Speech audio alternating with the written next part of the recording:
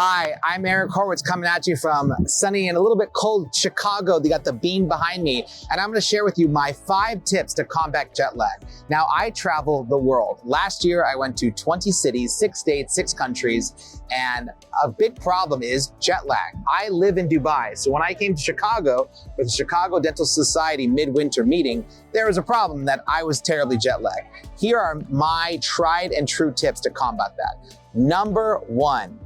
Wake up early the morning of the flight and do heavy cardio.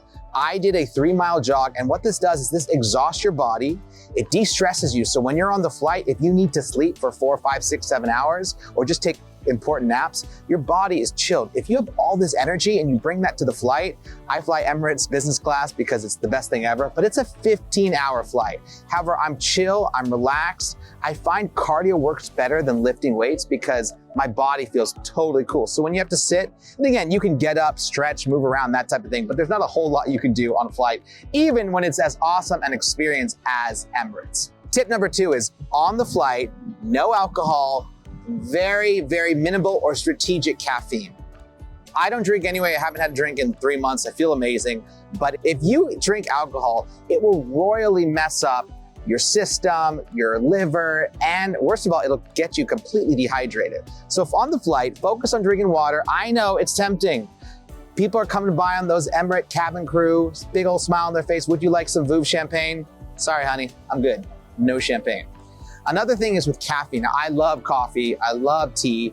You have to focus on non-caffeinated beverages unless your landing is in the morning. If you land in the morning, it's okay to have a coffee or cappuccino. And on those flights, they will make anything you want. Espressos, macchiatos, lattes, you name it. However, if you're gonna arrive at 6 p.m., that caffeine will royally destroy your opportunity to get some quality sleep. So instead, look at when you arrive and use caffeine strategically. Rule number 3, get sunlight. Sunlight will help your circadian rhythm. So if you land at 8 or 9 a.m., after you check in the hotel or drop off your bags, get fresh sunlight. This will tell your body, hey, this is the time to be awake, let's walk around. Do a lot of walking. If you arrive at 7 p.m. or 6 p.m., the sun is down, try not to have a giant meal before bed, and instead just focus on relaxing the body. You can take a hot bath or something like that. Rule number 4. This is for all you guys. Tell me if you can relate to this, where you wake up in the middle of the night after trying to sleep for 3, 4, 5 hours. This happens to me all the time. Even if I go to bed at 9:30, 10 p.m., it might be 3 a.m., and then I wake up and I can't go back to sleep. Here is a key thing. No phones, just nonfiction reading. I keep this right by me. I turn on the light. If you're sleeping with somebody, get a little small light and just pick it up and read. Reading relaxes you. It's specifically not fiction, because if I read a fiction book, a business book, a self-development book, guess what?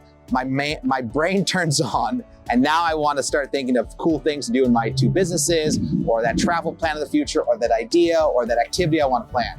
Pick nonfiction and just read.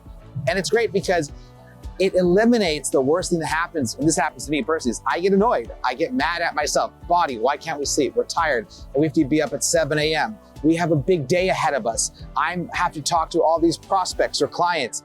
Have a book ready, okay? The last tip is this. If you are unable to sleep, the key is just to tell yourself it's okay to do what I call a body rest. A body rest is just letting your body relax while in a sleep-like position. I always sleep with earplugs, so that helps. The disposable ones you can get rid of real quick. Those last for a week, and I bring those so that no matter where I am, sound doesn't interfere with me. If the curtains are too bright, you can have a mask on as well. I have a really good Manta mask for that as well. I take this thing very, very seriously, sleeping.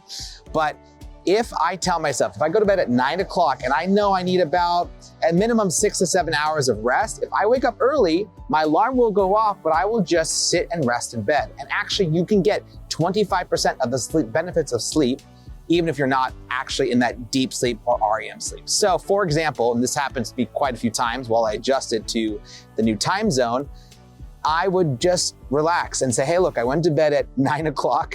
And I don't really want to get up before 4, 4:30. I want that 7 hours in bed. So if I get up at 3, 3:30, another thing is look at your watch, check the time, don't check the phone because the phone is your enemy. Those bright lights will wake you up. all you gotta do is just say, hey, look, I'm just going to rest for an hour and a half, the alarm goes off, and then I can get out of bed. It's not a crime, you're not punishing yourself. You're just saying, please body, I want you to get some rest. You can do meditation while you're relaxing. Sometimes you can dream about positive outcomes for the future. You can read a little bit until your body goes back to sleep, but you gotta keep your body in bed, even if you're like me and you're like, I wanna go, go, go. When it hits around somewhere decent, like a 7-hour period, get up, go. I exercise, I'll have a coffee, I'll hit the road and get my day started. So these are my tips. I've learned them because I travel a lot. I'm going back to Dubai tomorrow, and then later I'm going to Nepal, I'm going to Palm Springs, I'm going to Singapore. There's a lot going on, but you know what? Sleep is number one, work is number one, and health is super important. Chicago, you've been good.